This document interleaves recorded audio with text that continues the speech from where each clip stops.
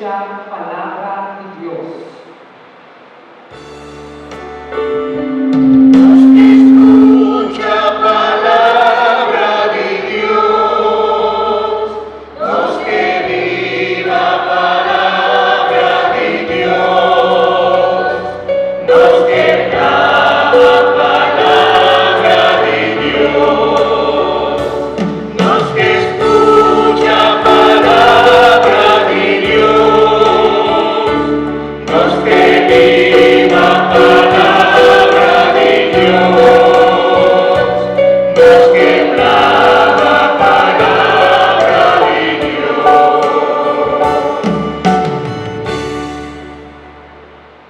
Señor sea con vos. Proclamación del Evangelio de Jesucristo según San Mateo.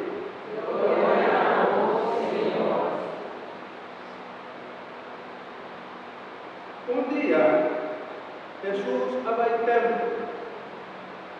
Mientras estaba dando la instrucción, jefe del sacerdote y miembro del consejo había que hacer calle y apuntar. ¿Con qué autoridad podrás endurecer?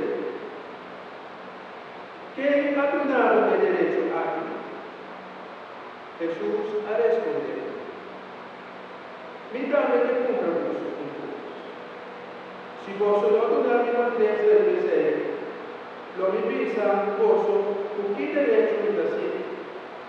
Mi pregunta es esta: ¿de dónde cuándo hasta qué derecho para avisar? ¿De Dios o de él? Nada contestar en verdad por si nos contesté Dios, entonces pensamos, ¿para qué cantó vos no quiere cuándo? Si nos pisa de gente, no estaremos en problema con el pueblo. Mas sobre toda gente de considerar Juan como un profeta, desean contestar nos no sabe. Después Jesús responderá: a mí tampoco, no cabeza vos, ¿por qué derecho me darás tu deseo? Para